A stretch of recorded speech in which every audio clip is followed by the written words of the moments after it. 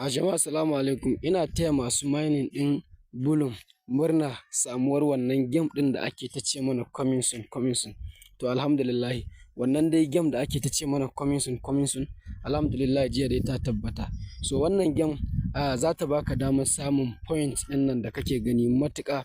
Dan ni daga jiya zuwa yau na tara point ɗin nan ya kai kusan guda 500. So kaga idan da mining kawai zaka tara shi, so gaskiya za ka sha wahala sosai kayan ka tara da yawa, inda mun ɗan jima mun kwana biyu muna yi. So yanzu zan nuna muku yadda ake wannan game ɗin da kuma yadda za ka yi ta insha Allah. Sannan kuma ka sani su wannan Bulum sun aje sabon tax, sun aje sabon tax guda 3 ga su nan za ka iya zuwa ka yi following ɗinsu a Twitter. Nan ma a Twitter ne za ka yi following, nan ma following insha Allah, sai ka zo ka yi claim ɗin ruwa ɗinka. So zan nuna muku yadda za ku yi wannan game ɗin. Idan ka shiga ka danna wannan play ɗin, wannan abin za ka ga yana fitowa, to shi ake buƙatar ka rinka tattaɓawa. Just suna baka 30 seconds ne.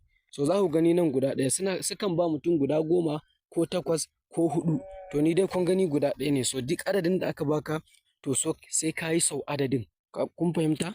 To yanzu bari in shiga.